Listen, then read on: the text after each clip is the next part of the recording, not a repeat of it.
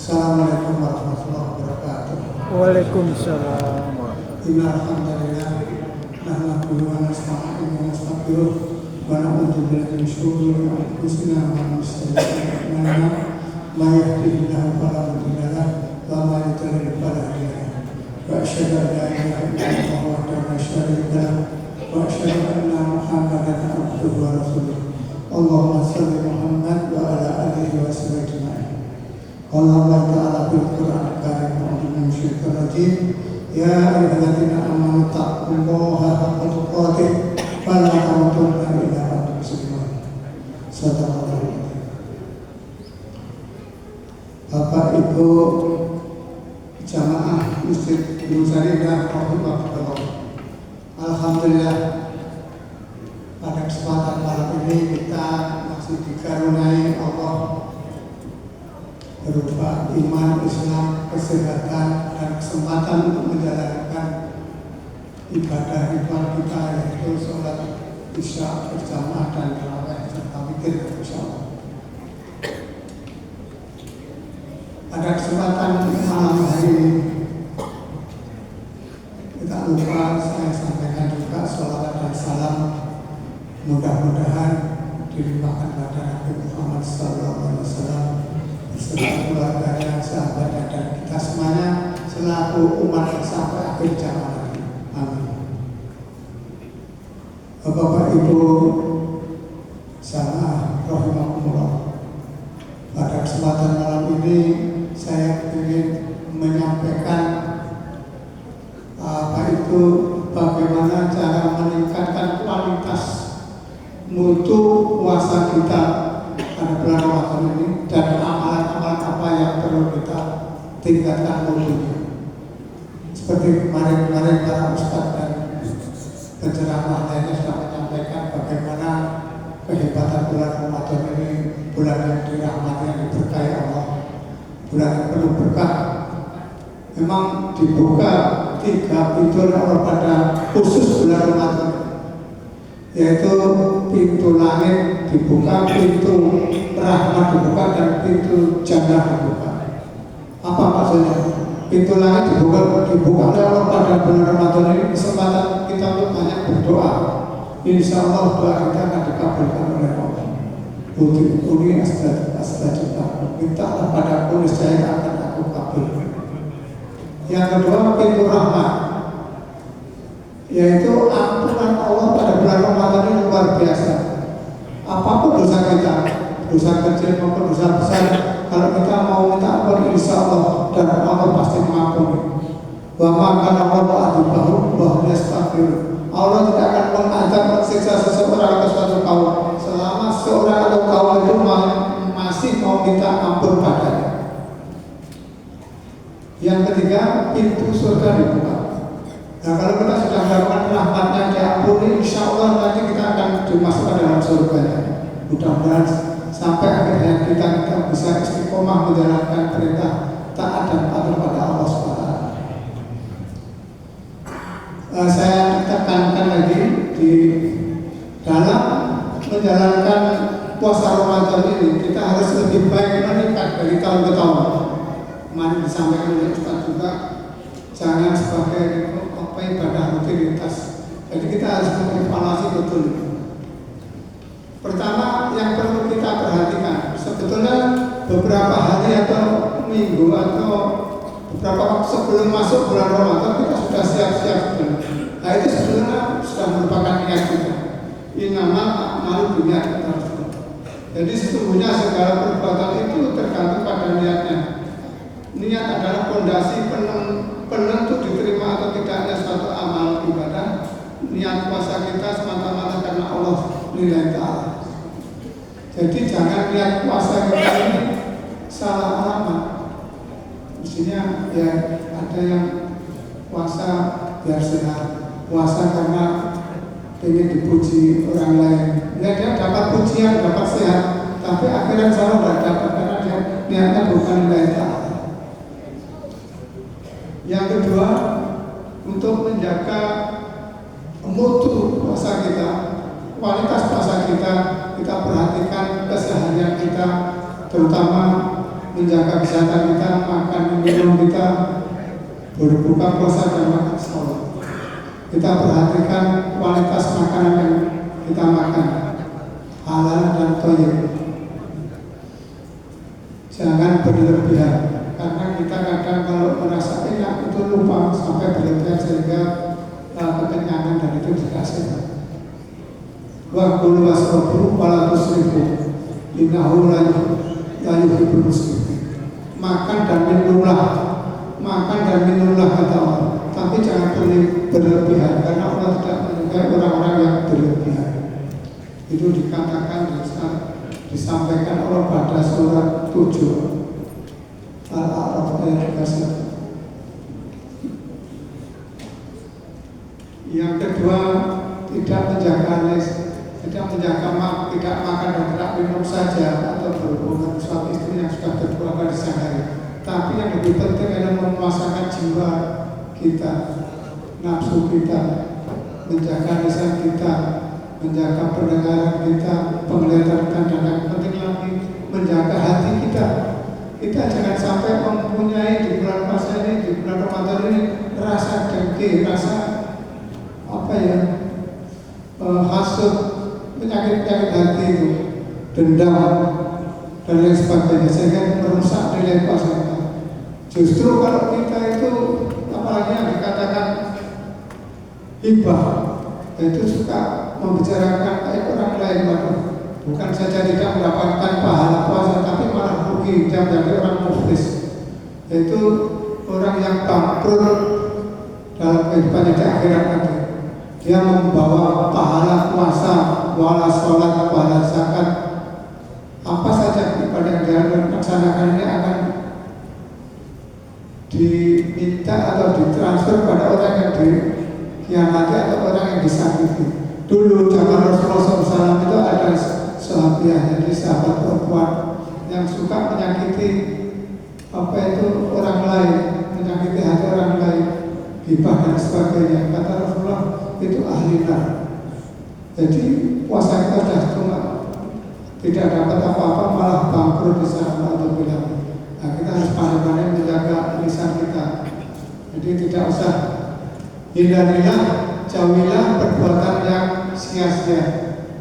Jadi salah satu ciri orang yang mewarisi surga Firdaus nanti adalah waladinahum anilaki muridun, yaitu orang menjauhkan atau meninggalkan perbuatan yang sia-sia. Salah satunya yang bicara tidak ada manfaatnya, malah sebaliknya merugikan orang lain. Nah, itu ya rugi nanti. Yang selanjutnya kita memperbanyak amalan di bulan Ramadan ini. Banyak Ustaz menyampaikan juga, karena ini bulan yang istimewa, bulan turunnya Al-Quran, maka banyaklah membaca Al-Quran, tilawah Al-Quran. Sebetulnya kalau kita bisa istiqomah kontinu, ini contohnya saya saja. Saya bukan dia, tapi ini saya sampaikan mungkin bisa ditiru atau dicontoh kalau baik. Jadi saya itu setiap setengah jam membaca Quran tartil secara pelan sesuai kaidah tadi. Itu bisa 5 lembar. 5 lembar itu sama dengan setengah juz. Kalau 1 juz itu 10 lembar atau 20 halaman. Setengah jam itu tanpa membaca terjemahnya ya, tapi kita rutin baca itu. Itu kalau saya langsungkan setelah sholat tarawih ini setengah jam, nanti setelah sholat subuh pulang pagi setengah jam di rumah, insya Allah sudah 1 juz itu. Kalau kita istiqomah rutin baca itu, insya Allah 1 bulan penuh khatam Al-Quran. Yang paling tidak itulah sasaran pertama kita. Nanti kalau lebih giat lagi bisa ditambah sholat zuhur, setelah sholat asar bisa ditambah lagi. Kalau setelah sholat maghrib kan tidak sempat kita baca karena sibuk berbuka dan mempersiapkan sholat tarawih. Itu kiat-kiat saya pribadi. Mudah-mudahan itu bisa sebagai referensi. Saya membaca Al-Quran itu dengan kualitas, jangan kuantitas. Kadang kita mengejar banyaknya, berapa kali hafal atau khatam, tapi merusak kaidah tajwid, itu tidak benar. Jadi bacaan kita itu harus tartil, pelan, nggak apa-apa. Yang penting bermutu. Fastabiqul khairat itu dalam Islam itu mutu ya, berlomba-lomba dalam kebaikan itu mutu, bukan jumlah, bukan kuantitas, tapi mutu. Coba kalau kita mempunyai barang benda yang tidak bermutu itu sama saja dengan sampah, tidak ada nilainya apa-apa. Itulah Islam. Itu orang beribadah Islam itu mesti orang yang cerdas, bisa waktu sedikit tapi efektif, pahalanya besar. Nah, itu yang disukai Nabi. Mudah-mudahan kita bisa melaksanakan ini secara istiqomah. Yang selanjutnya, setelah kita banyak membaca Al-Quran dengan tartil, dengan kalau bisa tadabbur, memahami ayat demi ayat, kalau tidak semuanya biar nyangkul apa yang kita baca tadi, itu lebih baik. Yang selanjutnya, banyaklah menjalankan sholat wajib maupun sunnah. Sudah banyak disampaikan, memperbanyak sholat sunnah, di antaranya sholat tarawih malam ini, sholat rawatib yang 12 rakaat dilaksanakan, insya Allah akan dipahamkan orang di surga. Kalau sholat tarawih ini memang oleh Rasulullah dicontohkan pada awal malam setelah sholat isya. Rasulullah 3 kali pergi ke masjid untuk melaksanakan tarawih bersama sahabat. Kenapa kok pada awal malam? Karena biar bisa diikuti semua manusia. Kalau malam kadang agak susah. Nah, inilah kesempatan, maka jangan kita sia-siakan. Ini peluang yang sangat besar, bulan Ramadan penuh berkah. Makanya nanti kalau manusia kita semuanya ini tahu balasannya apa yang kita kerjakan amal baik di bulan Ramadan ini, kita akan menyesal. Di surat Al-Qiyamah disebutkan ayat 2, demi jiwa yang penuh penyesalan. Kenapa menyesal? Yang pertama, dia itu tidak melaksanakan perintah Allah, terang jelas menyesal, seperti orang kafir. Yang kedua, kita sudah melaksanakan amal soleh tapi kok merasa sedikit. Wah, kalau tahu balasannya kayak begini, semuanya hidup akan untuk ibadah. Itu misalnya di situ. Tafsirnya begitu, surat ayat 2. Para jamaah rahimahullah, setelah kita melaksanakan sholat dengan baik, dengan khusyuk, di surat 23 Al-Mu'minun disebutkan juga, qad aflahal mu'minun alladzina fi sholatihim khashi'un. Jadi sholat kita itu harus meningkat, harus khusyuk, harus kualitas.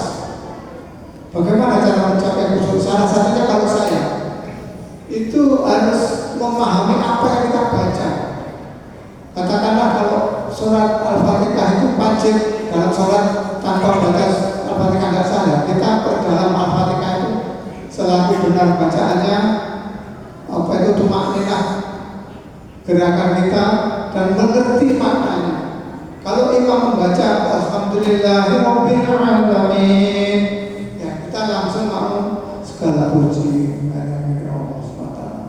Itu.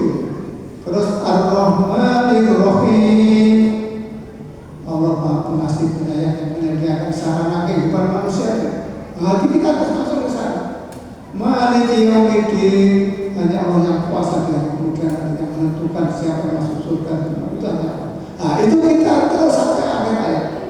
Coba kalau kita terus begitu, insya Allah khusyuk berat. Apalagi doa-doa seperti rukuk, Subhanarabbal azim, maha jauh dan maha agung, kita merendahkan diri. Apalagi pada waktu sujud, Subhanarabbal a'la, maha jauh dan maha tinggi. Kita itu rendah kecil, tidak ada apa-apanya kita ini. Hina kita dapat Allah. Itulah yang kalau kita rajin, kita serius menghayati itu bacaan, sama khusyuk, setan tidak sempat masuk ke dalam pikiran kita. Kalau toh, ya namanya manusia agak susah juga, ada bisikan-bisikan seperti kita melamun atau apa, ya kembali lagi ke masalah itu. Harus kita benahi, harus kita kembali konsentrasi ke bacaan. Itu kiat-kiat untuk melaksanakan sholat. Harus meningkat, jangan sama saja. Sebelum puasa sholatnya ya begitu-begitu saja, pokoknya ya sholat jangan. Kita harus betul-betul menghayati ya. Kalau sholat kita cepat juga tidak bagus. Ya istilahnya harus Cuma ini harus ada jedanya antara gerakan satu dan gerakan lain. Beberapa detik itu harus ada jedanya supaya tidak keburu-buru. Yang selanjutnya amalan di bulan Ramadan ini, kalau 10 hari terakhir itu biasanya ada ibadah iktikaf. Dan nanti kita insya Allah kalau Allah berikan banyak umur, kesempatan hidup dan sehat, kita laksanakan semampu kita. Memang ibadah itu jangan dipaksakan. Kita sakit ya jangan. Kecuali apa itu sehat dan walaupun tidak semalam suntuk sejam, 2 jam, 3 jam tidak apa-apa. Merenung dan apa itu istilahnya kontak pada Allah, betul-betul mohon pada Allah. Apa Allah Ahad itu di surat Al-Ikhlas itu Allah Ahad, Allah Samad.